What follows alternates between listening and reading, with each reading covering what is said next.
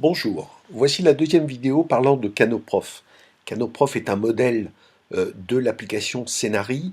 Euh, donc on va ici montrer comment on peut faire des exercices dans une vidéo qu'on a précédemment chapitrée lors de la... Et je vous engage à revoir la vidéo, la première vidéo. D'ailleurs, ça n'aurait pas de sens de commencer par celle-ci et de ne pas regarder la précédente.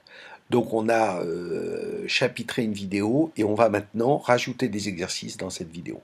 Donc on va lorsqu'on lance Canoprof, on arrive sur cette interface.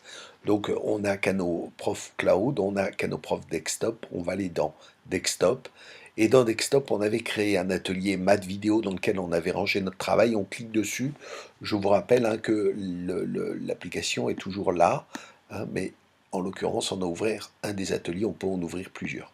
Donc notre vidéo qui portait sur les identités remarquables, elle est là, avec le chapitrage. Donc on va relancer l'item sur le chapitrage. Donc vous voyez les différents chapitres, en l'occurrence on a 3, 6. Donc voilà comment ça se présente. Donc à la fin de chaque chapitre, on peut ajouter des questions. Donc on voit ici liste des questions, on le voit bien apparaître.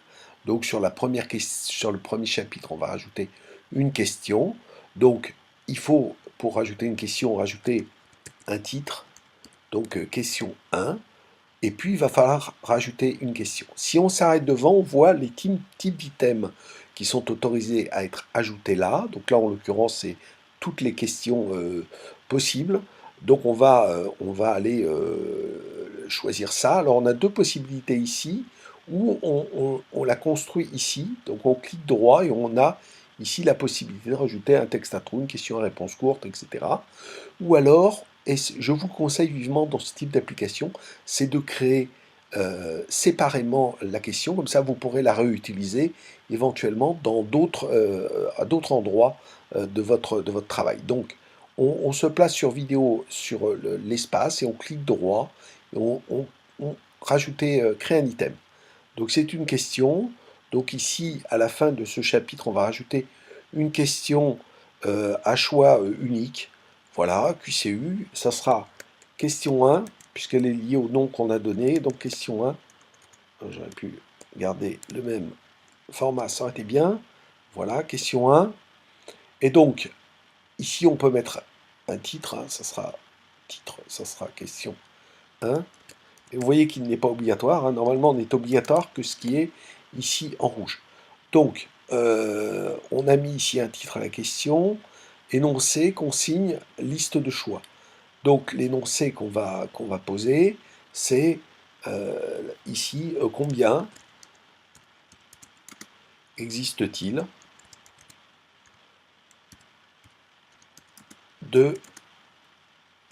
d'identités remarquables.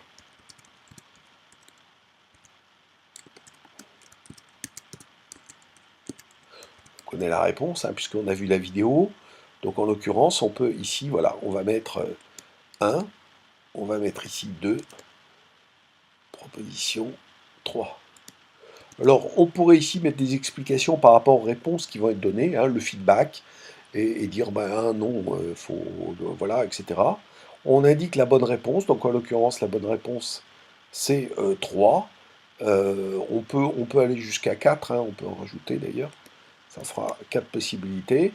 Et puis, on va mettre un feedback ou une explication globale, ce qu'on appelle le feedback global, donc ici, la bonne réponse, mais sans une réelle correction, la personne l'a déjà la bonne réponse, ça va c'est et 3, voilà, et on peut éventuellement les rappeler, ça fait pas de mal.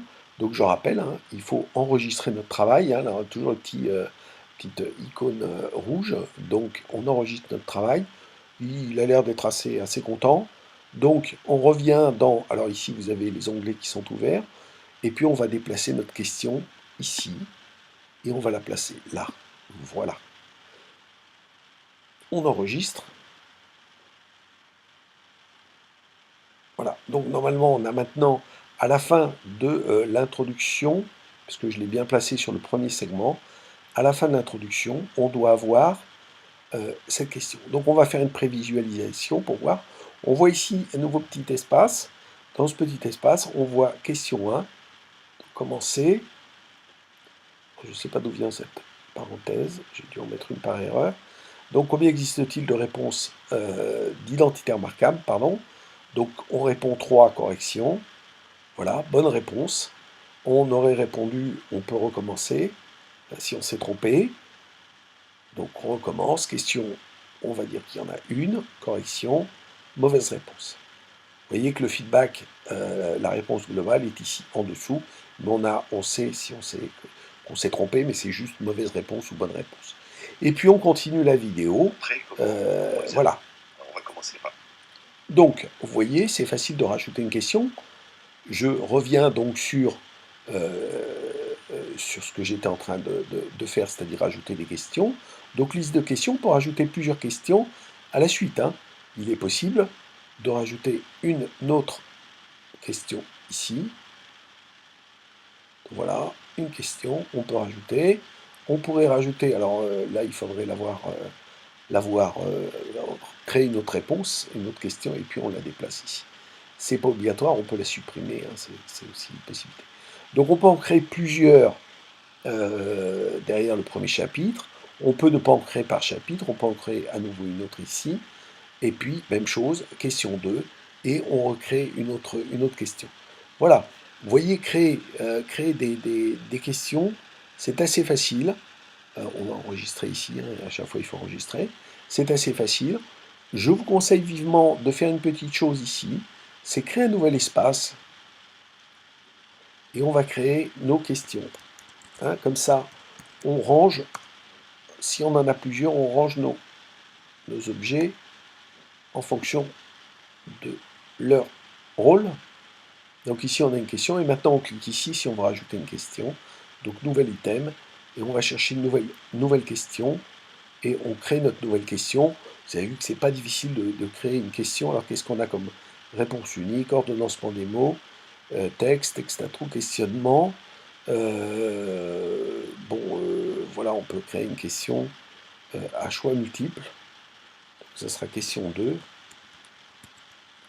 Pour vous montrer comment ça marche à nouveau. Et je me suis à nouveau trompé là. 2, il ne veut pas. Voilà.